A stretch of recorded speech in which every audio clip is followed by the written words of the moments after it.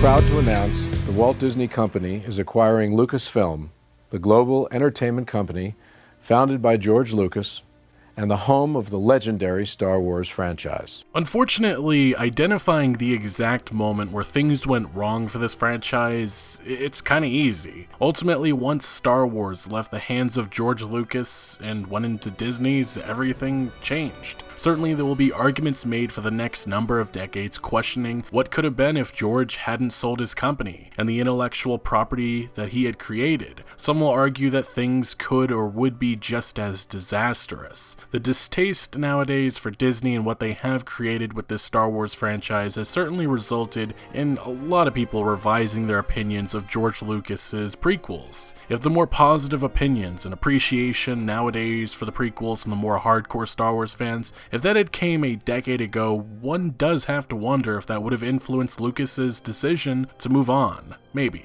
People like to forget the anger and disgust at the time for the introduction of the goofy Jar Jar Binks and the midichlorians. The overall writing, directing, and acting were also all criticized, with many unhappy with the performances of Hayden Christensen and Natalie Portman. The story of Anakin Skywalker turning into one of cinema's greatest villains, Darth Vader, was supposed to be something so more, but instead Anakin was this whiny, annoying, self-centered, unlikable character for many. I don't like sand. It's coarse and rough and irritating, and it gets everywhere. Not like here. Here everything is soft and smooth.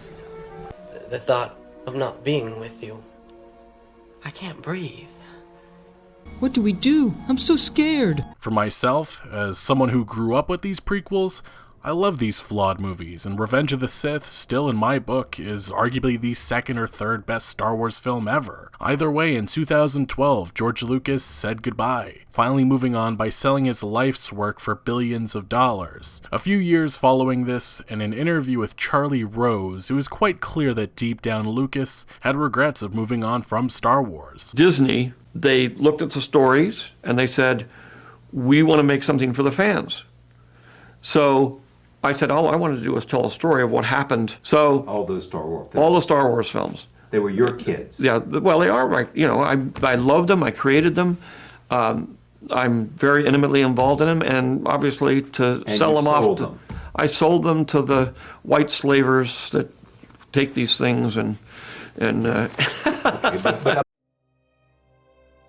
Now, I'm sure some of you may wonder, how does this relate to the produced Electronic Arts Star Wars games? And that answer is actually quite simple. Disney, at least up until now, has not cared for this video game industry. They've said it on numerous occasions that they feel more comfortable licensing their IP out to other video game publishers, which is exactly why Star Wars is in the hands of only Electronic Arts right now. It's also why LucasArts is no longer around. See, in the early 2000s, when opinions were mixed on the Star Wars prequels, on the gaming side though, this franchise was going through what I would describe as a golden age. Just hit after hit game, there was really something there for everyone. Star Wars was taking over the video game scene, with ambitious game design and thrilling storylines. This included most notably in 2001 Star Wars Rogue Squadron 2 Rogue Leader, and in 2002 Star Wars Jedi Knight 2 Jedi Outcast. 2003 had Star Wars Knights of the Old Republic and Star Wars Jedi Knight Jedi Academy. In 2004 there was Star Wars Knights of the Old Republic 2 The Sith Lords and Star Wars Battlefront. Then in 2005 there was Star Wars Battlefront 2 and Star Wars Republic Commando. Following that, in 2006 there was LEGO Star Wars 2 the original trilogy, and in 2008 Star Wars The Force Unleashed. These games are often the most praised from that era. The success of these games included millions of copies sold, numerous Game of the Year awards, reboots or sequels, and certain characters / lore even bleeding into the film saga. For a lot of people, their love of Star Wars doesn't even originate with the film saga, but comes from the innovative and unique video game experiences that were offered in the 2000s. It definitely inspired an entire generation, and that was only possible due to LucasArts taking a chance on so many different different types of games, although unfortunately it never seems George Lucas was ever really able to understand video games. In 2013, being very dismissive of storytelling in video games, saying, by its very nature there cannot be a plot in a game, and the big deal is that video games are going to have more character, but you're not going to have a plot that says, you know, it's not going to be Shakespeare. Years prior, former employees of Lucasfilm Games, which is the precursor to LucasArts, claimed that George Lucas started a video game development studio in 1979 so that he could avoid massive tax penalties associated with the success of the Star Wars and Indiana Jones franchises. Steve Arnold, former GM of Lucasfilm Games and LucasArts, told US Gamer in 2015 that George Lucas was not a gamer. It's not that he didn't care, he wanted us to be successful. He would say, I don't know your market, you guys should figure out what you're supposed to be doing. Honestly, because of that, it's likely why we have so many creative and great games that were produced under LucasArts, even before the 2000s. But things were not always perfect. In the mid-2000s, George Lucas felt that their video game business was going in the wrong direction fast, with sales and revenue falling, and Lucas believing that they were producing far too many mediocre experiences. He decided to appoint Jim Ward as president of LucasArts with a mission to fix things. One of the first big decisions Ward made was downsizing the gaming company from roughly 450 employees to just 190. Ward telling Game Informer in 2004 that 5 years from now, I want to have been able to put the Lucas back in LucasArts to have the same pixie dust feeling when people see that logo that they maybe did in the 90s. For them to think, if I pick up this game, I know it's going to kick butt.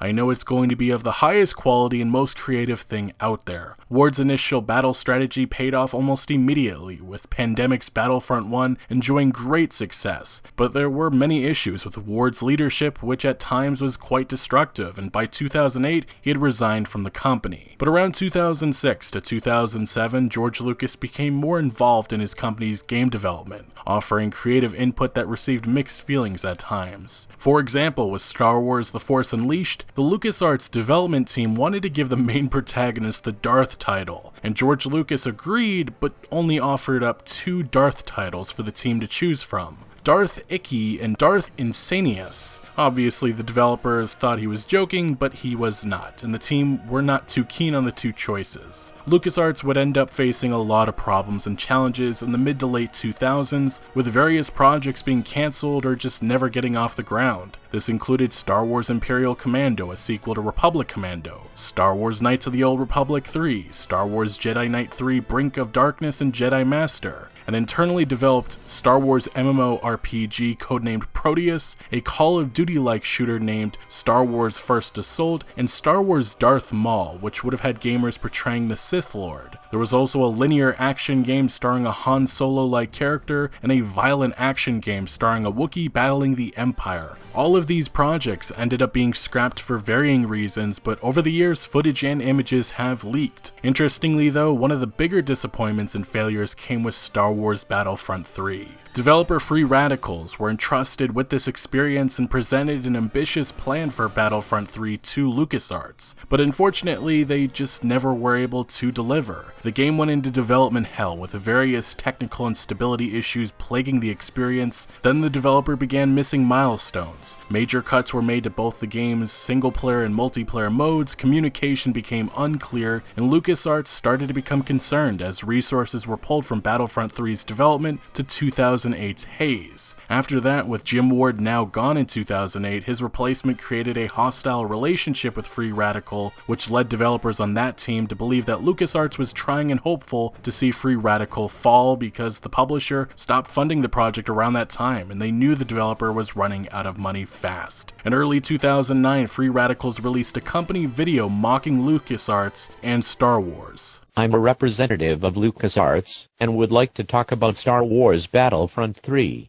Okay. We have to pull the game, it has become too good, you need to make it worse, or we're pulling the game. For f***'s sake, you LucasArts people seriously piss me off. Why the f*** would you pull a game with groundbreaking technology and great design? Because this is Star Wars, because we need to make products with the Star Wars name, but with little content. It's about making a bucket full of money, don't you understand? Yes, but we can also make a great product too. You can even fly into space. Why would LucasArts want to ditch such a great idea? Because we want to develop for an older platform with another company and hope some dips rush out and buy it, like they did when The Phantom Menace came out on DVD. You guys are assholes. I mean bona fide. 100% hawks. Do you realize this? Let me get one thing straight. George Lucas doesn't give a shit about good products, he just needs some extra cash. I heard he is trying to buy Cuba. But yeah, as maybe difficult as it is to believe it, this was real, and it ended up leading to the complete severing of ties between the two companies. In the years to follow, BioWare would release Star Wars The Old Republic to a mixed reception, and one of the final Star Wars games published from LucasArts before Disney pulled the plug would sadly be Kinect Star Wars.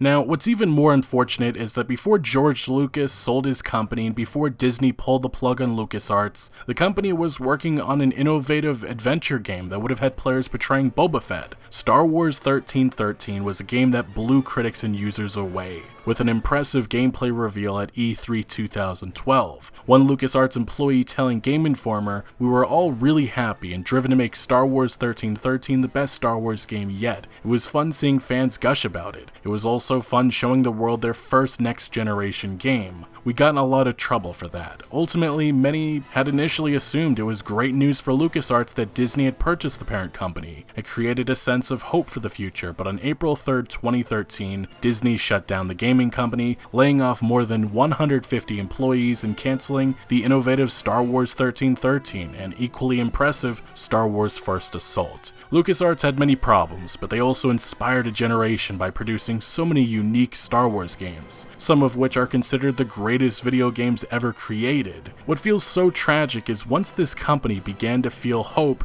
is exactly when everything ended, and unfortunately we'll never get to see a comeback story for this iconic gaming company that produced so much enjoyment and memories.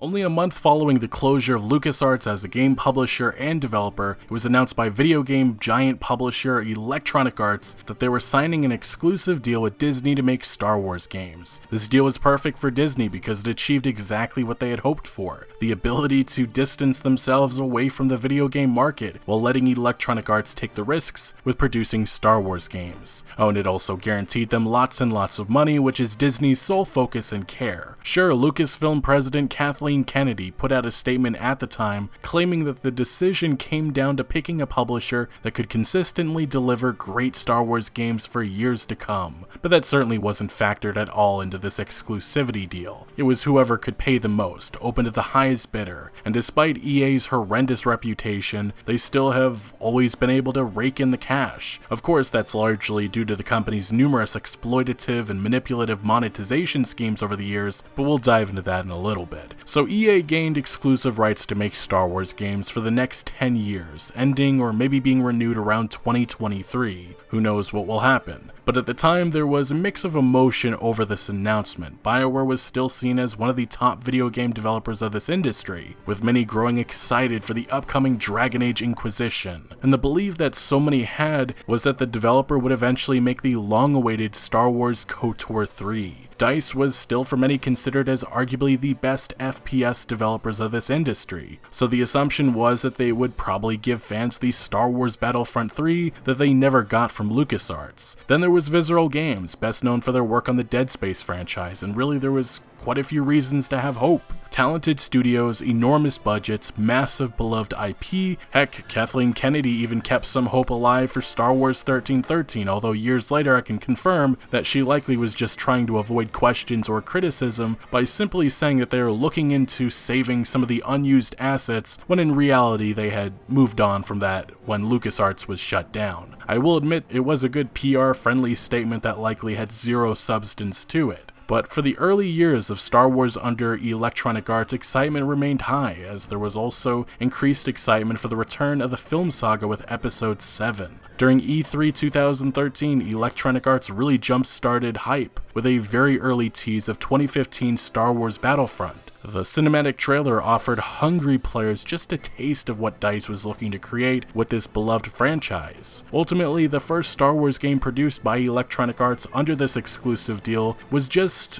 okay. The excitement for this game unfortunately did not result in a phenomenal product, it was just average. On OpenCritic, based on 112 critic reviews, the average score is 71 out of 100, with just 33% of critics recommending the experience. While there was praise for the game's graphics, which admittingly looked stunning and gorgeous, the overall experience felt rather lackluster. It felt unfinished, it lacked content and substance. It felt a bit too casual with its approach to various game systems.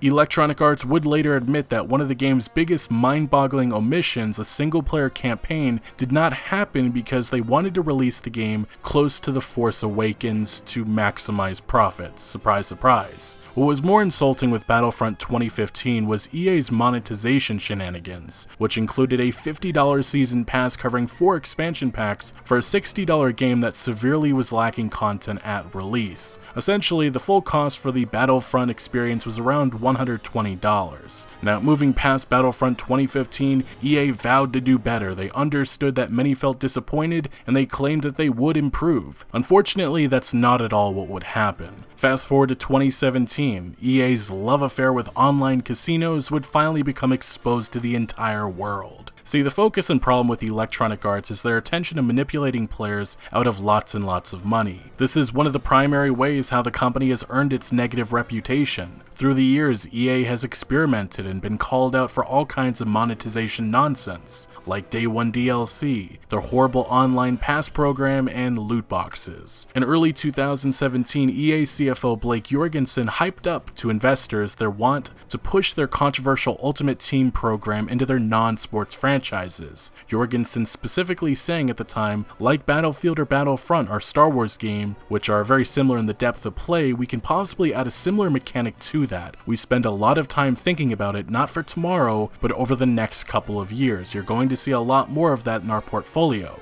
The greed of this publisher has consistently stifled any chances of quality and or unique experiences. In October 2017, Electronic Arts would announce that they were shutting down Visceral Games and canceling their Star Wars game that was in development and being led by industry veteran Amy Hennig. Based on reporting through Kotaku, Visceral was developing a linear, Uncharted-like action-adventure Star Wars single-player game that was codenamed Project Ragtag. We had seen little of the game before the cancellation, but there was a great deal of excitement behind this project due to Amy Hennig's involvement, and the fact that this was the first story-focused Star Wars game in a long time. Project Ragtag reportedly had issues, but Electronic Arts' decision to pull the plug certainly was influenced by the company's growing disdain for single-player experiences. EA announcing at the time that they wanted to quote-unquote pivot the design of Project Ragtag to gain a broader appeal. Essentially, Project Ragtag was done. It was cancelled, the vision was gone. Electronic Arts instead decided to keep some of the created assets and wanted EA Vancouver and another Electronic Arts studio to take over and create something likely with a live service focus, which means the ability to include microtransactions and regularly monetize the player base. This was why Visceral's Project Ragtag couldn't happen. It didn't fit EA's financial ambitions. EA's CEO Andrew Wilson would try dismissing this narrative by saying in his original announcement of Visceral's closure that it wasn't about this was just a single player game and it needed to be a live service. It was more about how do we get to a point where the overall gameplay experience was right for players. Well, nobody was buying this narrative. It only took about a month later to get confirmation that yeah, this was about the game being single player. EA CFO Blake Jorgensen telling investors, as we kept reviewing the game, it continued to look like a much more linear game, which people don't like as much today as they did 5 years ago or 10 years ago. It was an economic decision at the end of the day.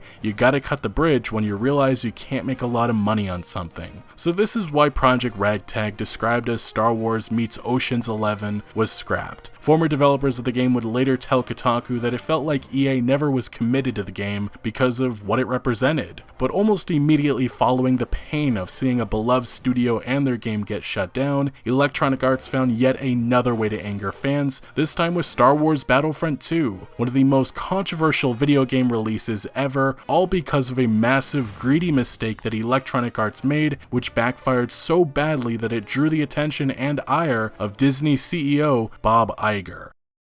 And I play Commander Iden Versio, leader of the Inferno Squad in Star Wars Battlefront II.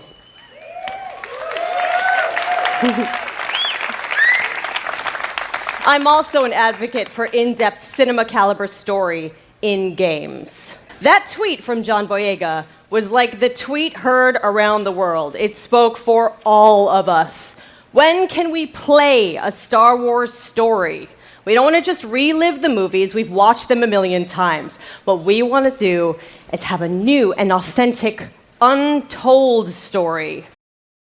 Star Wars Battlefront 2 was meant to be an improvement in every area of 2015's Battlefront. Some of the most hyped up aspects of the game was the inclusion of a single player campaign, tons of customization, and free DLC content. But none of that would matter at all because even before release, Electronic Arts and DICE found themselves in one of gaming's biggest disasters ever, which had millions of gamers lashing out at Electronic Arts for their greedy, dishonest, and disgusting behavior with the Star Wars IP. In early October 2017, during the game's public beta, concerns and alarm bells went off when it was discovered that the game's loot box system was pay to win. Players could buy or earn loot boxes which included star cards that came in 4 tiers, with the best being epic, and each star card gave players passive bonuses or new abilities, and because of that, a player theoretically could gain an unfair advantage by spending big bucks on the game's loot box system. These fears remained just that for a while, as EA tried downplaying concerns,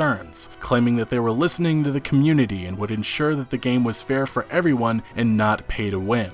In an interview with GameSpot, Chris Matthews, not that one, the art director on Battlefront 2's campaign said, "Right now there have been games that exploit players and there have been games that have done it in better ways. DICE has taken great care to make sure that star cards and the way that they work give you more options in battle. Terms like pay to win and stuff like that are hard to dodge, but the guys are doing a really incredible job of trying to balance that system. The response is not annoying because we love the fans. We're gamers, and we're trying to make something that's super compelling that everyone's going to enjoy. But you know, it's understandable." Mitch Dyer, one of the campaign's writers, also emphasized that they were listening to fans and betas exist for feedback. Well, in the end, things just resulted in the situation getting far worse, as EA DICE failed to properly address the concerns over the loot box system by the time Battlefront 2's release rolled around. EA and DICE underestimated just how badly they screwed up, not expecting the backlash that they would receive. Come November 9th, 2017, players discovered that loot boxes were purchasable with real-world money, and more baffling, players could obtain credits and scrap, which is often used to craft new star cards, and if you got a duplicate star card in the game's loot boxes, that could be exchanged for credits, which could then also be used to purchase heroes. But don't worry, days later this would get far worse when players discovered grinding for one single iconic hero like Luke Skywalker took days of grinding to unlock, as the cost was an outrageous 60,000 credits. But you know what the easy workaround was? The loot boxes, which provided a few different ways to gain extra credits, or the necessary amount of credits needed to unlock a hero like Luke Skywalker. EA would explain in the infamous most downvoted Reddit comment ever at negative 667,000 downvotes that the reason why iconic characters like Darth Vader were locked was because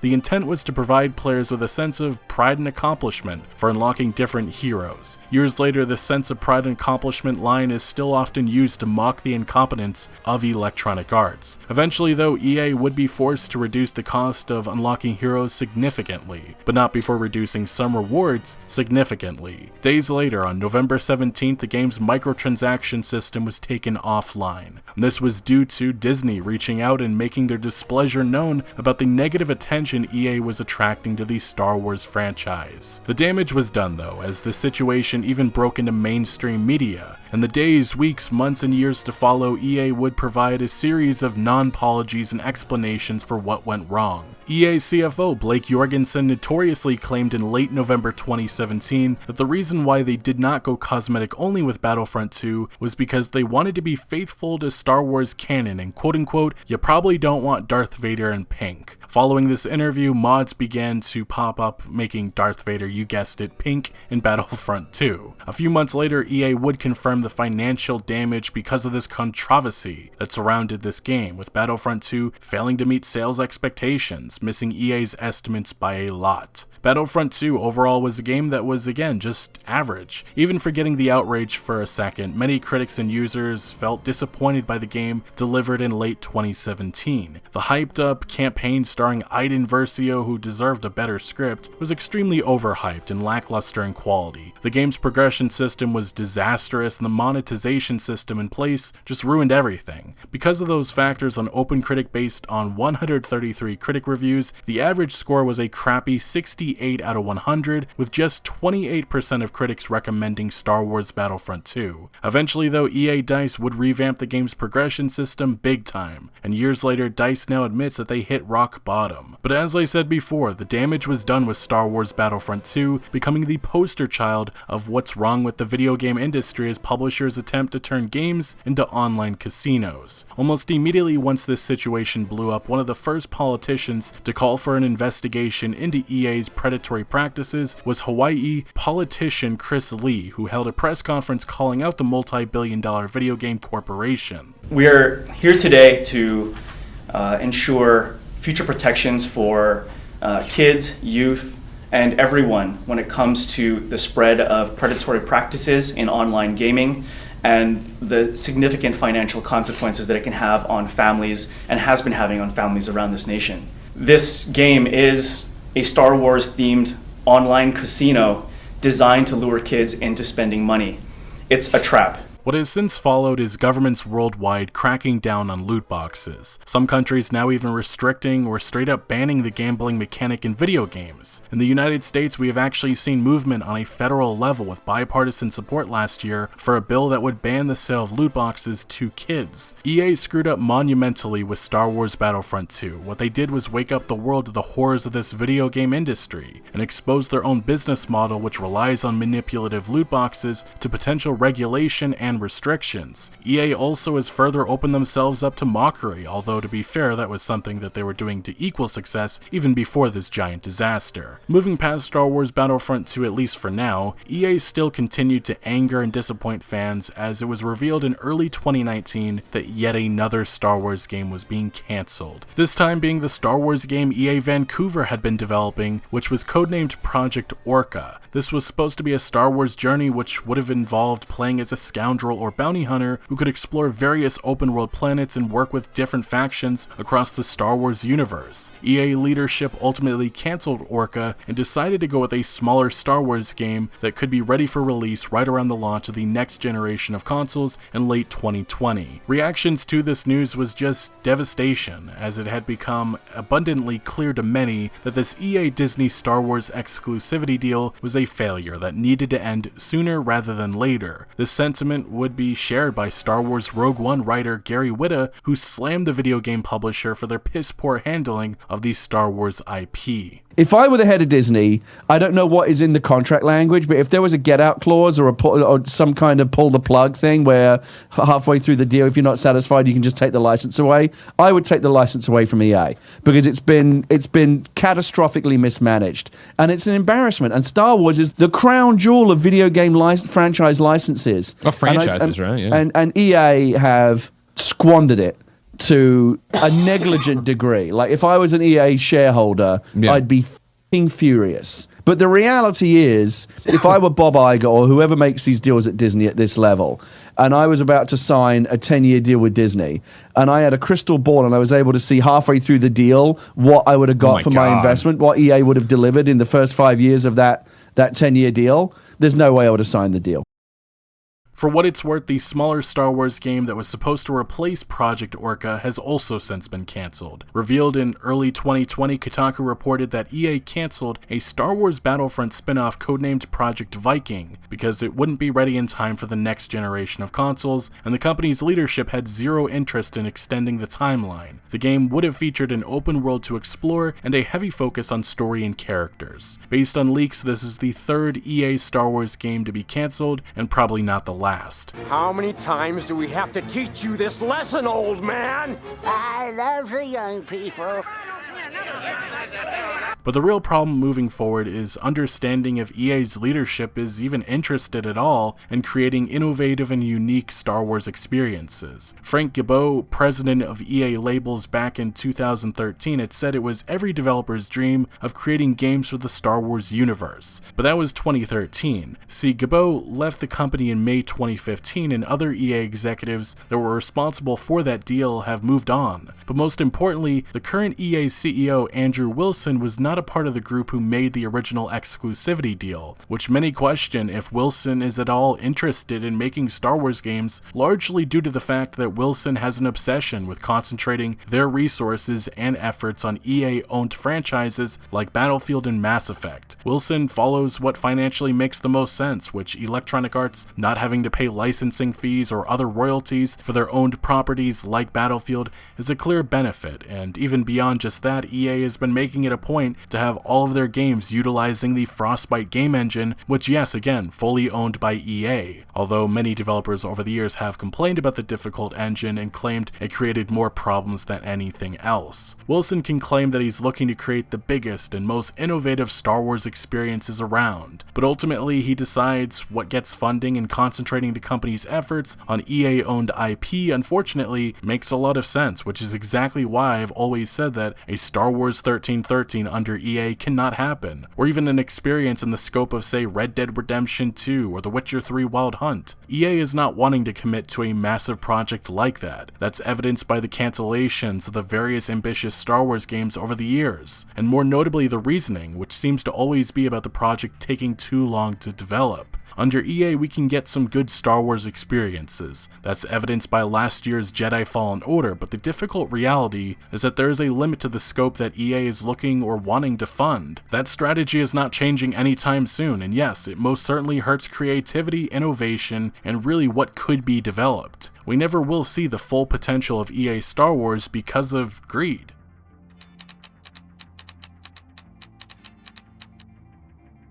Quietly, one of EA's greatest additions and assets, Respawn Entertainment, over the years has consistently delivered big time, and it really should not be surprising that they did that just last fall. Star Wars Jedi Fallen Order was an interesting game because while it was good in quality, the first solid Star Wars experience in over a decade, it still felt like it could be much more. On OpenCritic, based on 151 critic reviews, the game has an average score of 83 out of 100, with 84% of critics recommending the journey of Cal Kestis.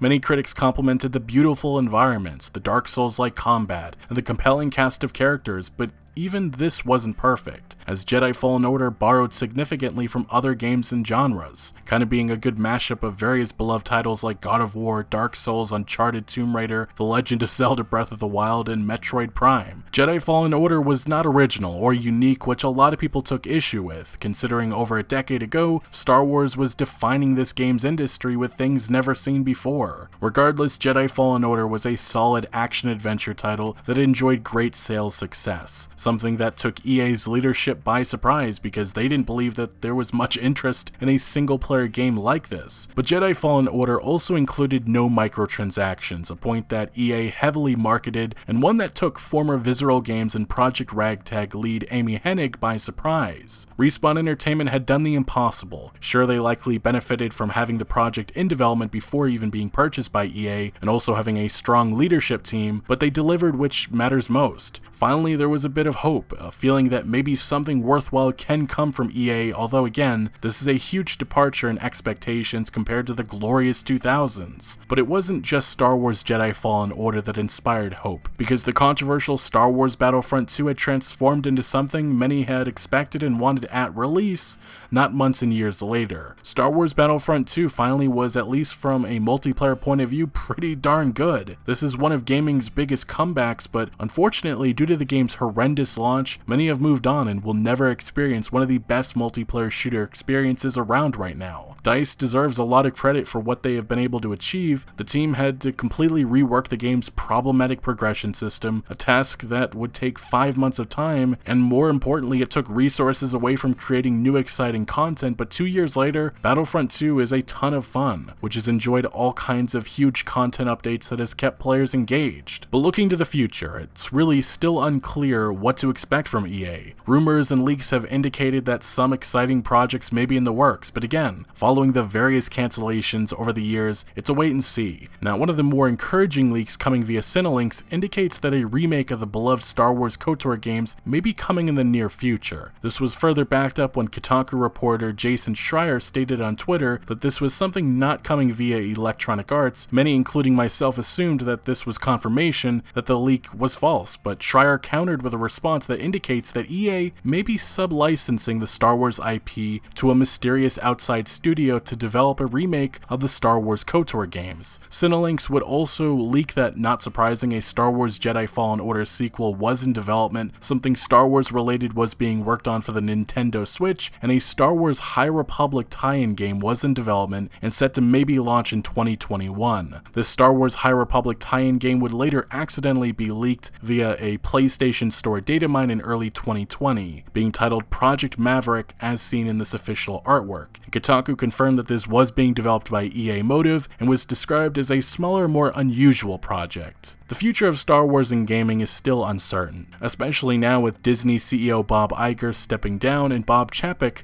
taking over. That is a major wildcard for now. One does have to wonder if Disney changes their position on gaming. It could mean the end to their exclusivity deal with Electronic Arts for Star Wars. Is Disney happy with what EA has produced with the Star Wars license? Rumors have indicated otherwise, but we really don't know for sure. Another big question is if Electronic Arts even wants to retain their exclusivity deal. Are they happy with the deal that they signed about 7 years ago? Do they want to renegotiate the terms or focus solely on their owned IP? These are very important questions that will remain unanswered for some time. EA's handling of the Star Wars IP can be described at best chaotic and messy. It was important earlier to do a partial examination of LucasArts' history because it's difficult to fully understand the failure of EA Star Wars without mentioning what LucasArts was able to and not able to achieve with Star Wars. Sure, LucasArts had many internal problems, but they took a chance and were aiming to create something special for fans. While on the other hand, Electronic Arts, they've made it clear that they don't really want to aim for anything too special because that likely will be costly and take up too much time and resources. Basically, LucasArts was trying to hit a bullseye while Electronic Arts is simply satisfied with landing on the board. That's why the verdict on EA's Star Wars is just meh.